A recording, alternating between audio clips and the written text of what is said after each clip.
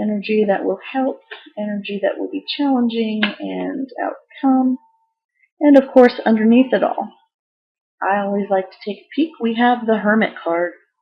The Hermit card speaks about that quest to find inner wisdom. This is this is going within. Okay, this is finding what you need to enlighten yourself, finding that it's inside of you. And that, before I even go any further, I have to say the song, I guess it was the theme from the Titanic movie, My Heart Will Go On, that has been like playing in my ears since I started shuffling for Libra. So that means something to somebody. So yes, your heart will go on. Anyway, back to the Hermit. This quest for knowledge, this quest for enlightenment, is going to ribbon through the month of September. So this might be that you find yourself studying a lot. You might be going to shaman or healers or teachers of different ways of living, different cultures. This is a card that speaks to finding what sits well within yourself and finding that it's inside you. So that inner quest is going to ribbon throughout the month of September. This is also a bit of a cave dweller card. Libra, you're not too much of a cave dweller, but you may want to retreat and sort of take a step back. But we'll see how things play out here. So the beginning of the month, we have the King of Pentacles. Okay, this is an energy of being on top of your financial game, being on top of your health regimen. This is knowing that you are responsible for and you create the surroundings that you live in, the health that you have. It's your responsibility, and you don't take it lightly. You're at the top of your game. You are planning. You are not spending foolishly. You are willing to nurture and watch things grow rather than sort of get rich quick scheme type things. This is also a card of a very solid, stable, hard-working, earthy energy. Maybe I always feel like I can almost smell dirt, right? Like getting your hands in the dirt. So maybe the first week in September for some of you Libras will, involve planting or maybe weeding out a garden or maybe tilling up some dirt to prep it for, next season. I feel just a great earth energy. This could also be someone in your life that is an earth sign, which would be, Capricorn, Taurus, or Virgo. And we are in Virgo right now, Virgo's star sign. So, somebody in that that carries that sign might be very important to you the first part of the month. And also, with the Hermit ribboning through this earthy energy, you may find information or enlightenment from somebody who is an earth sign, sun, moon, or rising, of course, or maybe just somebody who you highly respect and who is very grounded, somebody who is somebody you has managed their money and their health well. Okay, so maybe you're going to somebody for advice, and you're seeking, to find that light at the end of the tunnel, where your finances and where your health are concerned. And, this person is coming in saying, okay, well, let me give you a little bit of knowledge on what I did. And you will then listen because you do respect this person. They have proven it, materially that they've done the work, they've put in the time, and it's shown. Okay, so beginning of the month, you'll be, sitting high, basically, on your health and your finances. By the middle of the month, we have the Moon card. This is very much, keep in mind, not everything that you see is what it appears to be. We are also having a Mercury retrograde until the end, I believe, until the 30th of September. So use your intuition. Take things with a grain of salt. These two cards are looking quite similar. Okay, so again, you may not have a lot of light to go on as far as what path you're taking, what information you use. So you may have to just really use your intuition, okay? We're also in the middle of an eclipse season. Again, astrology, I'm just knowledgeable enough to, really get in trouble with it. So find your favorite astrologer on YouTube and get some insight to what's happening. But the Moon card is very much speaking to maybe some confusion and some things that aren't necessarily what they seem. This could also be things coming up from the past. And this also is a card that speaks to cycles. Okay, so you might be, we have this crescent moon here. You could be coming to the beginning or end of a cycle. Okay, by mid-month, you will know what that is. Again, use your intuition. The sort of example that's usually given with the Moon card is, there's a wolf on one side and a dog on the other. And in the skim moonlight, they both just look like dogs, right? And so be careful, okay? Tread lightly. Use your intuition. You do have the light. You will be guided. But mid-month, you will be really asked to use your intuition on things, especially things that appear very profound. Okay? We don't mean just like everyday normal things. Oh, well, it looked like a bug, but it was a sunflower seed or something. You just, not something like that. Something major, or pretty big. So make sure you're using your intuition when making decisions about things too. Sometimes things are coming up from the past and they are not clear, and that could also be the messages from spirit. Communications are getting jumbled up. We do have the Mercury in retrograde. That's not going to help matters. So tread lightly where that's concerned. Use your intuition. Use common sense. That's always helpful, right?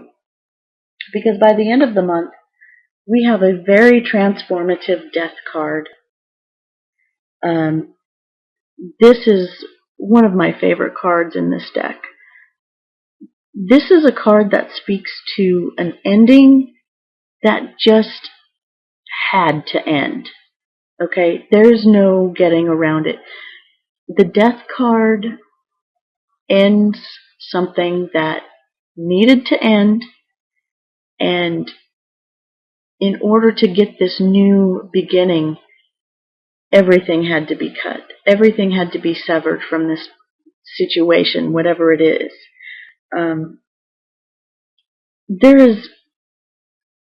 There's almost a hope for this to happen. Okay? So something will be ending by the end of September for you, and it's going to be incredibly transformative. The new beginning is going to be nothing but amazing. Okay? That is what the death card promises. Death card promises an end to that which is no longer serving you and a beginning to all that is. Okay? So, although the name of the card, and maybe sometimes even the looks of the card, I actually feel like this one's just so badass. Like the muscles on the horse are just so ripped and cut. So like that's greatness for me. But in any way, I really like this card in that it's fiery and passionate, and it really doesn't leave much to the imagination in that when it's over, right? So that's the end of the month. So we've got this Hermit ribboning through to the end of the month. That enlightenment that you've been seeking may be that this is something that needed to end. Okay? Wow. Big stuff. So energy that's coming in to help you, lots of major arcana. Energy coming in to help you, we have the High Priestess. Now, this is a card that is also very much moon-like in that the High Priestess has her feet on the moon. That means she is grounded in intuition. Everything she does intuitively. The knowledge that she has is not only, I guess, learned knowledge, it's intuitive knowledge, okay? There are things that are hidden from most, and she knows what those things are, okay? So I feel like, especially mid-month when you're having to tread lightly and use your intuition, the energy of the High Priestess will come through. Okay? Your intuition will be spot on. You will know what needs to happen. Because the challenge is going to be the Two of Wands. Or excuse me, is this 3? Yes, it's 3. Sorry, my eyes are bad. This Three of Wands as a challenge, Three of Wands speaks about waiting for your ships to come in and anticipating and knowing that they are coming in. You've already gotten these wands flourishing and blooming, but you're looking out for something else. This could also speak about this is possibly hesitation, okay? Maybe not quite ready to make that move, to take that jump, that leap of faith. This is not just anticipation, but with hesitation as the challenge, you might be teeter-tottering. Now, as a Libra sun, I get it, okay? The drive-through at the Starbucks to make a decision, it just about kills me, right? Like most things I'm okay with, but trying to make a decision on some things. Now, as a challenge coming up this month, this is a pretty big decision. This is maybe hesitating to the point of missing out on your ship, okay? Maybe this challenge is that you just watched your ship come in and didn't get on it, okay? So keep that in mind, Libra, when there is advice at the beginning of the month coming to you from somebody that you respect, that has, done due diligence, who is grounded, who is wealthy, who is, slow to anger, works hard. When you get around this person or you have this energy, don't let it just sail away, okay? The challenge is going to also be to be patient, to wait for that ship to come in. because we do have a very patient energy with this King of Pentacles. And a challenge of the Three of Wands would be not only waiting for the ships to come in, but knowing that they are.